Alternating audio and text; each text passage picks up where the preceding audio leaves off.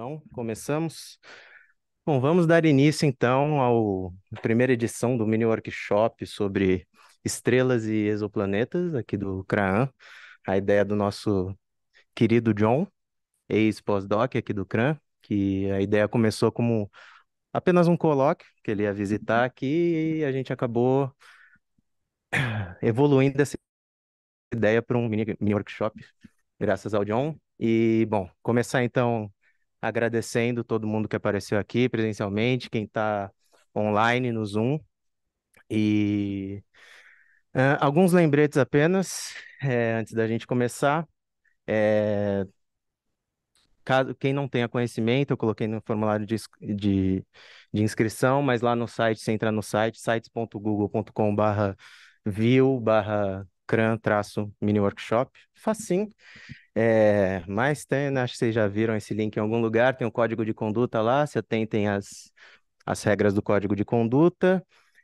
Queria também falar aqui para o pessoal presente, eu já falei, mas para o Zoom, para quem está no Zoom, vou falar também, que tiver interesse em um certificado para horas complementares, ou seja lá o que for, manda um e-mail para a gente, aquele e-mail craan.workshop@gmail.com, e a gente vai emitir, depois do evento, um certificadinho. Que mais eu tinha a falar? Eu anotei, mas logicamente eu não olho nunca minhas anotações. É, e os alunos aqui presentes, principalmente de graduação, e os que estão também online no Zoom, quiserem conhecer o CRAAN, quiserem conhecer nosso centro de pesquisa aqui no Mackenzie, estejam todos convidados, as portas estão abertas, temos oportunidade para iniciação científica, mestrado, doutorado, não exatamente agora, mas fiquem de olho quando abre os editais e tudo mais. E é isso. Então vamos dar início agora com o nosso colega John, que é pós-doc lá no Carnegie Institution of Science. E ele vai fazer, na verdade, uma palestra dupla, né? Porque, como eu comentei, a ideia inicial era ser um colóquio, então ele vai fazer meio colóquio, meio workshop, compartilhando todo o seu conhecimento. É isso aí, obrigado.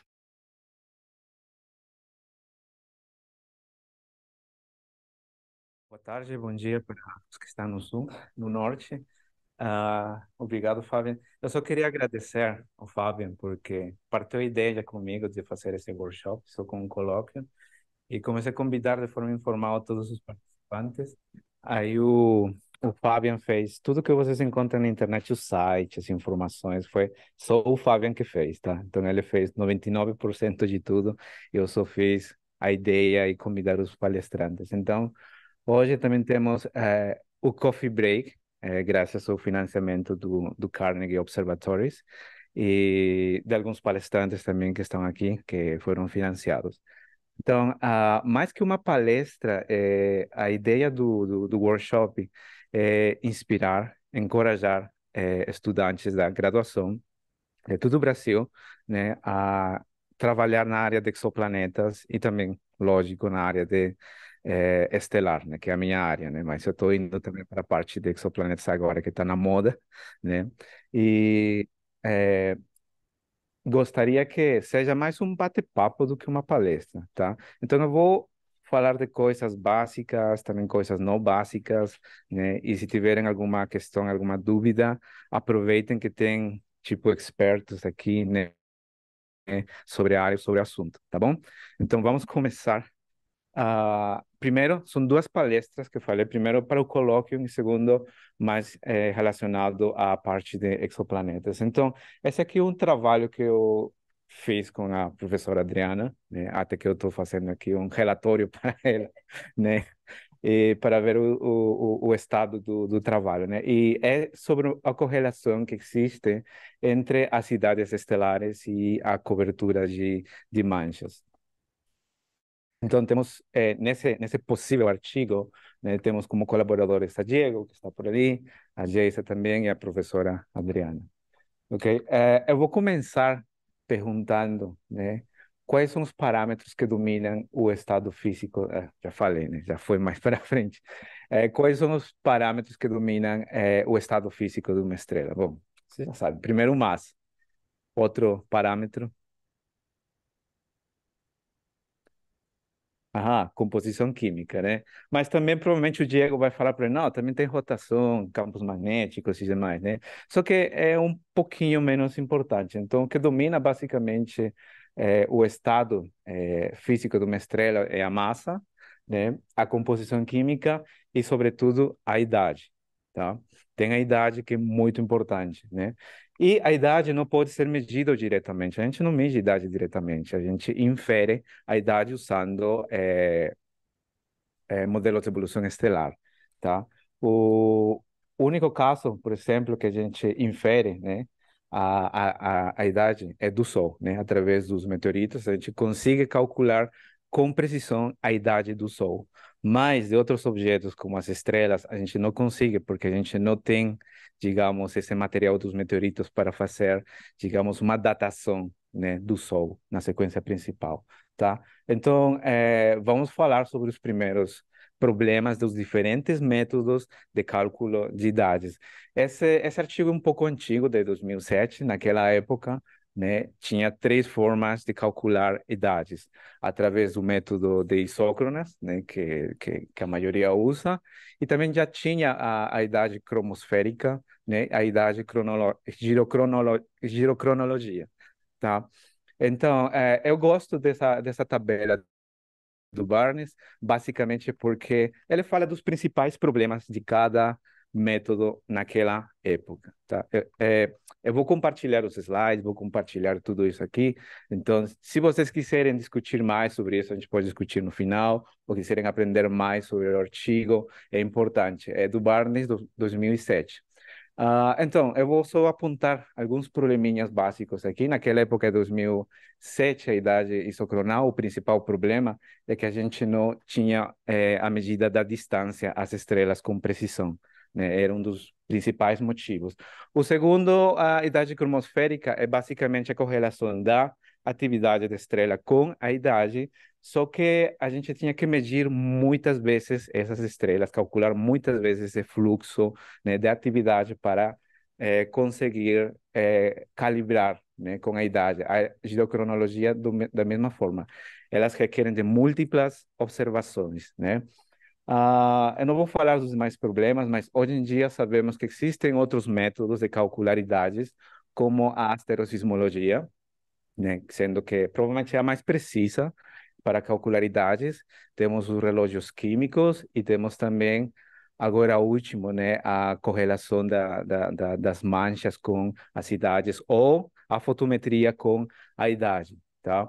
Então, já que falei de idade, eu vou falar que é uma gêmea solar. Uma gêmea solar é uma estrela bem parecida ao Sol. E por que a gente tem que continuar estudando as gêmeas solares? É porque com as gêmeas solares nós conseguimos estudar o passado do Sol e o futuro do Sol também, né?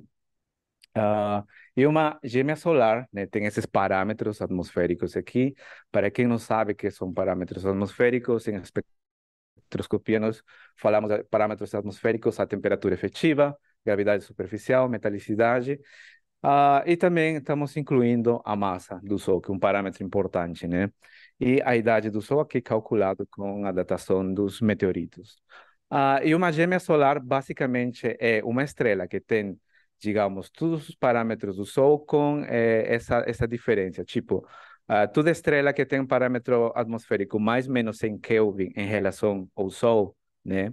Ou 0,1 Dex em relação à gravidade superficial do Sol e também da metalicidade, e tem os 5%, né, da massa, né, do Sol, é uma gêmea solar, né? Todas as estrelas que estão dentro desses parâmetros são definidas como gêmeas solares. E a idade de uma estrela, sempre pergunta, né? Uma gêmea solar, então tem que ter a idade do Sol também? Não necessariamente, né? Porque a ideia é estudar a evolução, né, do Sol, ou seja, o passado e o futuro usando gêmeas solares, né? Então, as isócronas, eu não vou detalhar muito aqui, as isócronas é um método confiável para calcular idades, né? E é basicamente evolução estelar, é basicamente teoria, né? Temos o diagrama de Kerr, que é o diagrama HR, né? Ao invés da luminosidade, aqui nós usamos a gravidade superficial, a temperatura efetiva, e aqui essas são isócronas de evolução em idade de uma estrela, né? Vai de 1 para 10. Então, se eu quiser calcular, por exemplo, a idade dessa estrela aqui, né, dada os parâmetros atmosféricos, gravidade superficial, temperatura efetiva e metalicidade, eu vou construir uma distribuição de densidade, né, sobre esses parâmetros e essa distribuição vai me retornar a distribuição de idade, né? No caso, antigamente, de 2007, que eu falei do Barnes, o maior problema era que, ao invés da gravidade superficial, era usado a luminosidade, e a gente não tinha distância, né? Então, essa aqui é uma distribuição de idade para essa estrela aqui, essa parte inferior aqui, embaixo, né? A idade mais provável é, sei lá, 4. Só que a incerteza era muito grande, né? Então, a gente não sabia. Essa estrela podia ter, a idade mais provável, 4 giga-anos, mas podia ter também 2, podia ter também 6, podia também ter 7, talvez 1. Então, a gente não sabia exatamente qual era a idade. Com gêmeas solares, a gente calcula muito bem a gravidade superficial, né? E essa distribuição fica muito melhor, né? Como nesse caso aqui. Então, a gente consegue ver que a idade é mais ou menos 3,5, né? Ou está entre 2 e 4, a idade mais provável dessa estrela, né? Então, por isso que a gente usa gêmeas solares, tá? Aqui, apareceram recentemente relógios químicos, né? Para calcular idades, para não precisar, digamos, de métodos ou ter essa deficiência de distância e demais, né? Então, o caso, por exemplo, da correlação de lítio com a idade foi encontrada em 2016, né, por Marília, e esse aqui é um artigo de 2019, um pouquinho mais atual, e é basicamente, né, estrelas jovens têm bastante lítio e à medida que elas envelhecem, vão queimando esse lítio, né, e esse lítio vai sendo depletado. Então, estrelas mais velhas têm menos lítio. Então, você calcula o lítio de um monte de estrelas aqui, faz um ajuste e tem uma correlação, certo? Então, só medindo a abundância de lítio, você pode recuperar a idade da estrela, né? Uma coisa muito, digamos, muito fácil, não para o pessoal que faz espectroscopia, né? E mais recentemente, né, saiu um artigo agora em 2023, né, que basicamente é a mesma ideia, só que correlaciona agora com a metalicidade, né? Então, estrelas, por exemplo, parece que tem 3 ramos aqui, né? Aqui estão as gêmeas solares, aqui estão as estrelas com menos metalicidade, né? E aqui com maior metalicidade. Então, é uma correlação também interessante, né? Caso você queira usar essa correlação ou calcular idade, né? Aqui tem a famosa correlação de ítrio e magnésio, né? Que foi nos anos antes do Nielsen Gustafsson. Acho que essa correlação foi dada primeiro aqui no Brasil, não lembro o ano, né? Mas foi no Rio.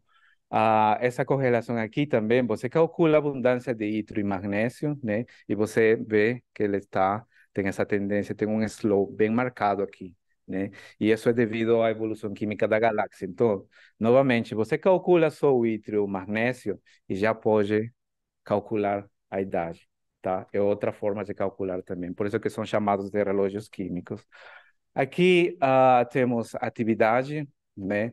Estrelas mais jovens têm muita atividade, são mais ativas, e à medida que envelhecem, têm menos atividade, né? E, de novo, usando gêmeas solares, medindo a atividade dessas estrelas, você pode fazer um fit aqui e calcula, né, a relação entre atividade e idade. Se vocês quiserem saber mais sobre atividade, né, tem um Diego que saiu, né? E na próxima palestra, por aí vai. Ah, tá aí. Vai aparecer o Diego falando sobre atividade, que é muito importante, né? Então, novamente, você calcula a atividade da estrela, o Sol está aqui, né? E pode calcular ou inferir a idade dessa estrela, né? Ah, Num trabalho, que aconteceu. Opa, não está indo mais. Tá. Em um trabalho mais recente, né, na minha tese de doutorado, fizemos o mesmo teste, só que com estrelas do hemisfério norte, gêmeas solares, novas estrelas, né? Isso foram com estrelas do hemisfério sul, aqui o hemisfério norte, e calculamos também a mesma correlação válida, né? E o Diego, que está aqui, né, ele denominou essa correlação a banana light trend, né? A correlação da banana, né? Tem forma de banana, né? Tá no paper, vocês procuram aí, tá a correlação banana aí, né? É engraçado. Bom, a outra correlação importante é a girocronologia, que falamos no início, né? Estrelas mais jovens, né? Tem maior rotação, mas menos período de rotação, e à medida que elas envelhecem, elas vão ficando mais lentas e o período de rotação aumenta, né? Então, tem uma controvérsia aí, né? Que estrelas a partir de idade solar, né? Esse período de rotação diminui ou fica constante, né? Mas em gêmeas solares, o Diego demonstrou que essa correlação, né, ainda existe, da girocronologia. Então, o relógio químico da girocronologia ainda é válido, né, em gêmeas solares. E um claro exemplo aqui, uma gêmea solar com um período de rotação de 35, 36 mais ou menos, né? E tem também essa correlação. Então, em gêmeas solares é válido. Tá? Essa correlação. Então, você pode calcular o período de rotação seja por fotometria e recupera de novo a idade, um parâmetro importante, né? É a banana inversa, invertida, como que é Diego aqui. O Diego encontra só correlações em forma de banana, né? Em todas as pesquisas dele. Bom, e para terminar um pouco a introdução aqui, a Geisa, recentemente, ela publicou um artigo na qual ela reporta que a variação da amplitude ou do brilho, né, decai com a idade. Isso tem a ver com o número de manchas, né? Estrelas mais jovens têm mais manchas e a amplitude e o período de rotação é mais rápido. E à medida que ela envelhece, o número de manchas diminui, também a amplitude, né, ou o brilho, né? Então, isso está correlacionado com a idade, novamente usando gêmeas solares, né? E agora as curvas de luz de teste, né? De 2 minutos. Geisa, Adriana e colaboradores conseguiram determinar, né, que a amplitude, né, dessas curvas de luz, né, diminui com a idade. Então, usando teste, usando fotometria, né, calcula a amplitude, né, e já pode recuperar a idade através dessa correlação aqui, né? É uma forma de calcular a idade sem passar todo o processo difícil, por exemplo, de isócronas, né? Então, o Diego vai fazer um tutorial, por exemplo, de como calcular essas amplitudes, né? Ou como extrair curvas de luz de forma correta, tá? E essa já é parte do meu trabalho aqui. Uns anos antes, o Morris, ele tem reportado que existe uma correlação também na amplitude com a idade. Só que ele não usou gêmeas solares, tá? Ele usou estrelas de aglomerados, como mostrados aqui em cima, né? De diferentes idades. Ele calculou a amplitude, né? E encontrou que existe uma correlação aqui, né? E não só isso, ele também calculou o filling factor, que é o número de manchas na superfície da estrela, né? E também está correlacionado, lógico, com a idade, né? Então, é uma forma, de novo, de calcular a idade usando ou a fotometria ou o filling factor, né? O número de manchas na estrela. Bom, essa parte de filling factor é um pouco mais complexo, porque ele usa um código FLEG. Temos, por exemplo, aqui a curva de luz, né? A variação devido às manchas, né? Com o tempo. E esse código que faz, ele faz curvas de luz sintéticas para reproduzir o observado, tá? Dado um número de manchas, o tamanho da mancha, o contraste e demais. E aqui eu coloquei três curvas de luz típicas, né? Essa estrela aqui é jovem, né? O modelo dá estrelas tipo uma manchona aqui, né? E consegue recuperar o filling factor perto de 0,1. E à medida que a estrela é mais velha, né? Esse número de manchas diminui e também o tamanho delas, né? Então, está correlacionado com a idade. Então, voltando novamente o filling factor aqui, com a idade, né, que o Morris tem encontrado, com os aglomerados. Por que ele usa aglomerados? Porque as idades dos aglomerados, né, se assume que são idades com maior precisão, né, calculadas. Mas existe um problema. Quando ele pegou duas estrelas do campo de Kepler, né, estrelas de campo. Ele viu, aqui está o Sol, aqui está a correlação que ele encontrou, mas essas duas estrelas não seguem a correlação do encontrado por Morris, né? Então, entrou aí a minha dúvida, né? Será que tem algum problema? Essas estrelas são esquisitas? O que que aconteceu? Então, como parte do projeto para o meu primeiro pós-doc aqui no CRAM, né, a ideia era reproduzir o mesmo resultado, só que usando Solar Twins, estrelas gêmeas do Sol, né, com cadência de 2 minutos, né, com o TESS, usando fotometria, né, e gêmeas solares para mapear o número de manchas e ver por que que essas duas estrelas, né, não seguem essa correlação, tá? Então, nós temos um sample enorme de mais de sei lá, acho que são 6.000 candidatas a gêmeas solares, né? Temos aqui o diagrama HR, todas as estrelas do Gaia, e em vermelho todas as candidatas a gêmeas solares e o Sol aqui, né? Então, elas foram encontradas usando esses cortes aqui de fotometria, e começamos a observar, ouvimos que algumas estrelas estavam observadas, calculamos parâmetros atmosféricos, usamos o código de Morris, calculamos o filling factor, né? Ele consegue recuperar muito bem as curvas de luz, né? Dessas gêmeas solares. E temos aqui estrelas de Kepler, né? Que siguen a correlação de Morris, e aqui essas duas que nos seguem, os aglomerados aqui. Só que colocando as estrelas gêmeas solares, né? Elas claramente nessa parte não seguem a correlação de Morris, né? Aqui eles seguem e aqui não seguem, aqui está o Sol, né? Então, eu lembro que estava na dúvida se estava fazendo correto as coisas, eu lembro ter discutido com a Adriana, né, se eu estava fazendo as coisas, né? Bem, tem que acreditar em vocês, né? Tem...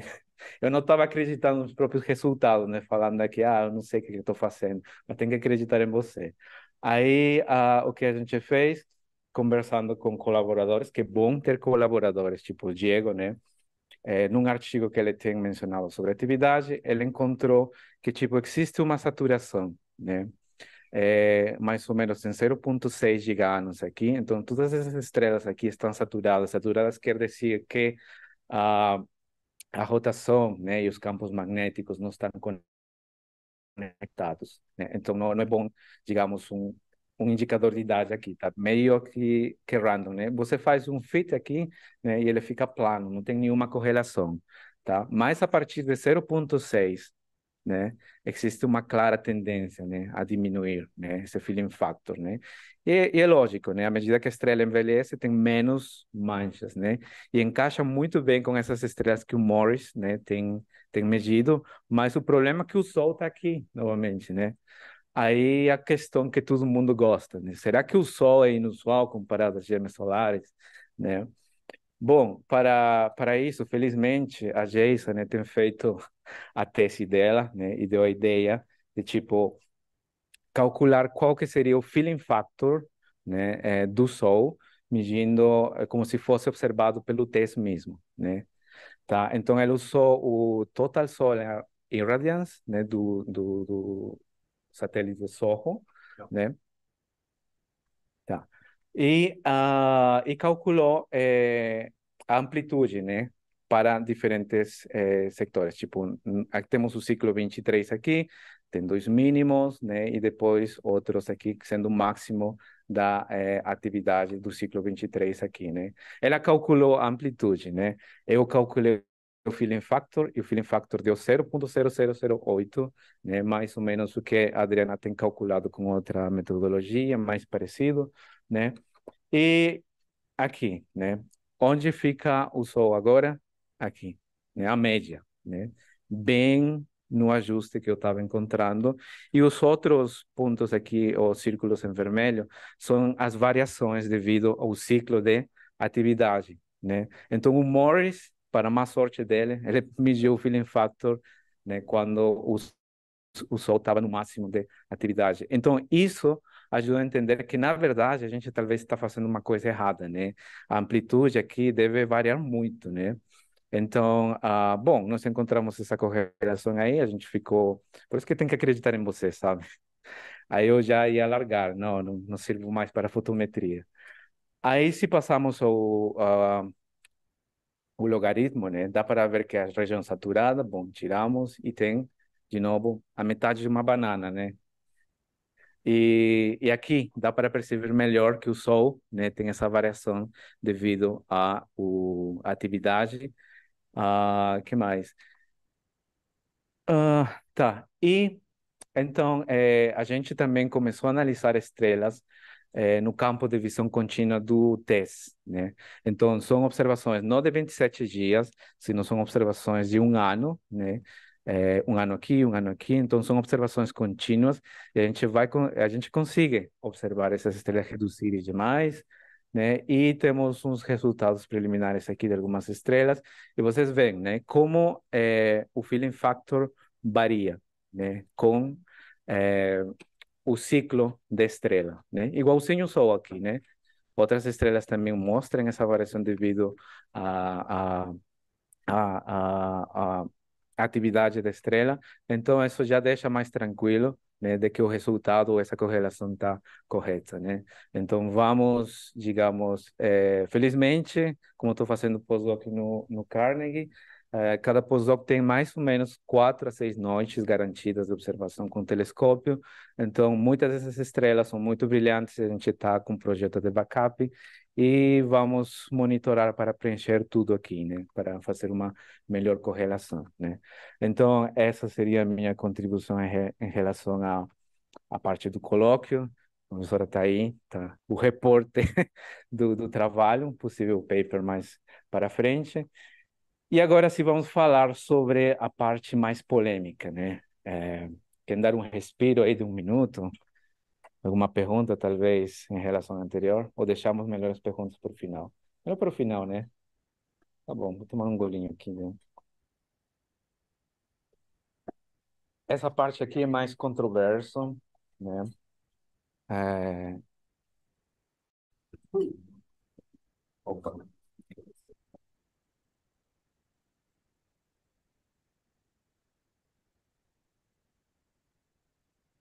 Fabian desconectou aqui. Acho que é aqui. Ah, não, aqui.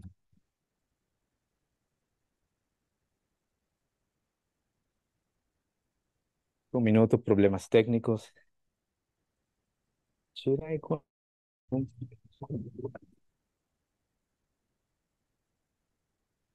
Então, a parte de a conexão estrela-planeta é uma parte bem controversial, controversa. Vou sair da tela cheia e entrar de novo. É, acho que parou, né? Aí voltou, mas É, não tá né? saindo na tela. Tá, foi, É. foi.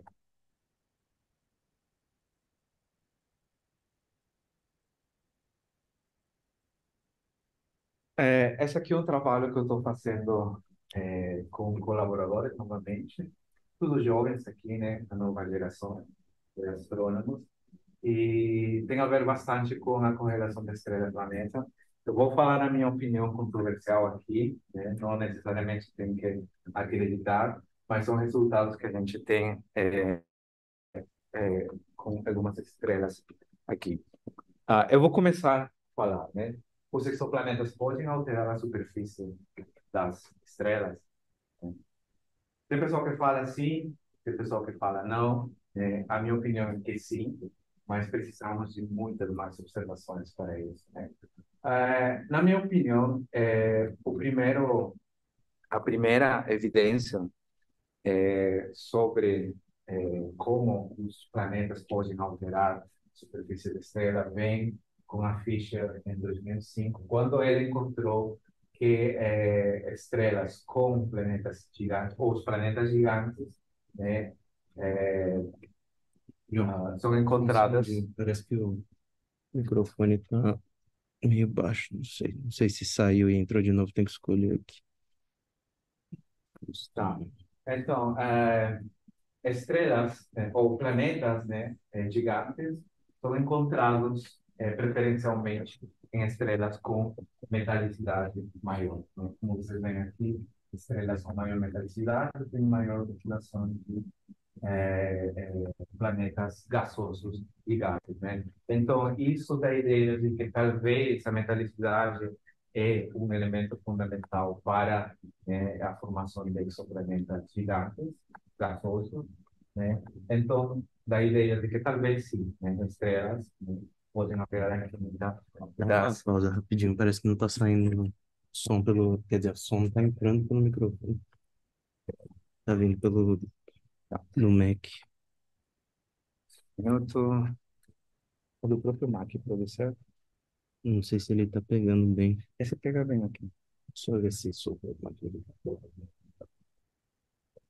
uma gambiarra. Olha, olha. Ah, tá saindo aqui, viu? Pergunta se estão escutando aí. Se vocês têm super via das dúvidas, vou. Cadê o settings aqui? Olha aqui, onde input. Ele não tá nem. Tá vendo? Ele não tá reconhecendo. Vira, ele tá no máximo, né? Tá no máximo. Eu acho que eu posso continuar assim. Deixa aqui mesmo. Ver se as pessoas estão escutando, né? Tá, vou falar daqui mesmo. Aliás, vamos fazer o seguinte. Coloca aí, Eu então. coloco no meu e. Uhum.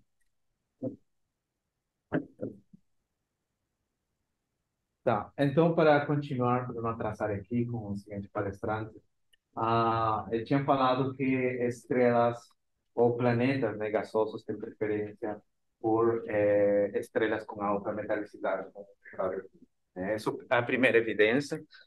E a segunda, ela vem, lógico, do paper do Menendez, em 2009, né? Eu vou explicar um pouquinho com detalhe aqui. Aqui temos o Sol, né, essa abundância química do Sol, e aqui as gemas solares, né? Naquela época, eram mais ou menos uma dúzia de gemas solares que foram descobertas. Então, como gemas solares são parecidas ao Sol, né, ele comparou o Sol com as gemas solares para ver se o Sol é comum ou não. Tá? Só que ele encontrou, comparado a abundância diferencial entre o Sol e as gêmeas solares, né, plotado com a a temperatura de condensação, né, ele encontrou uma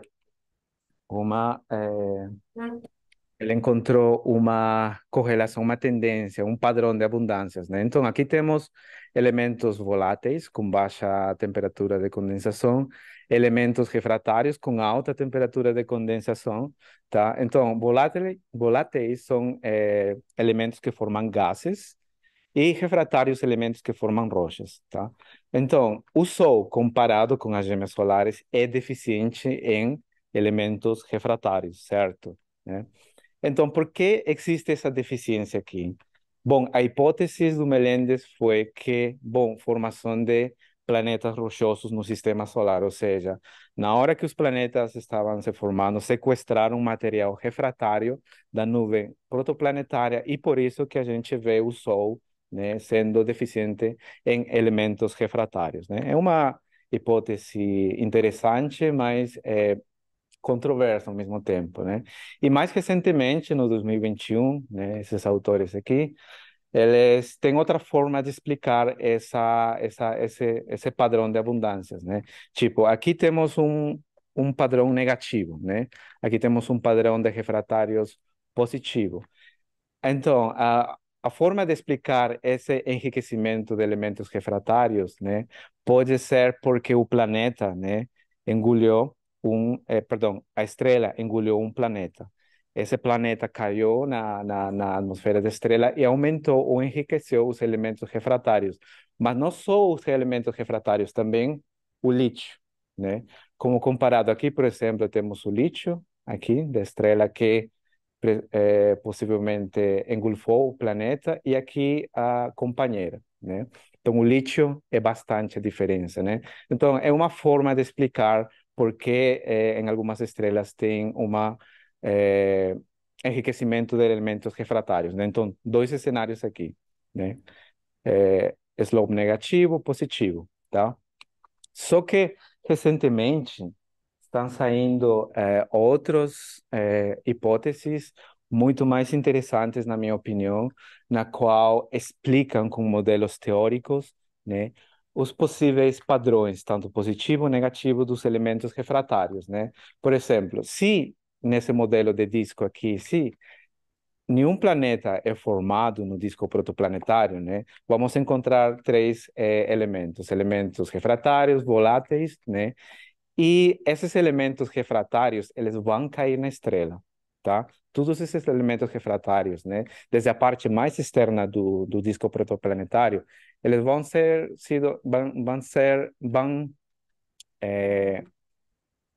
movimentar de fora para dentro, né? E vão cair na estrela e vão fazer que esses elementos refratários aumentem, tá? Mas se tiver um exoplaneta aqui, um planeta gigante, né? Ele vai criar um gap aqui, né? E tipo uma barreira, né? Na qual esses elementos refratários, né? Não vão conseguir passar e não vão cair na estrela. Então, segundo essa hipótese aqui, né, formação de planetas gasosos, né, vão barrar, né, a acreção de elementos refratários. Em outras palavras, enquanto mais massivo esse exoplaneta, provavelmente menos refratários essa estrela consumiu. Entendeu? Então, uma forma, digamos, com modelos teóricos, inclusive esses modelos teóricos, agora o último, o Han e Beach, eles conseguiram determinar quanto material ou abundância, né, depletada pela estrela seria por causa desse exoplaneta, né? Os modelos anteriores eles não conseguiam, agora esse modelo consegue, o que é interessante, tá? Ah, e, como falei, vamos de novo pegar essas 6.000 estrelas que a gente tem, né, que a gente descobriu no meu doutorado. E somado a uma amostra que o Diego tem, né, a gente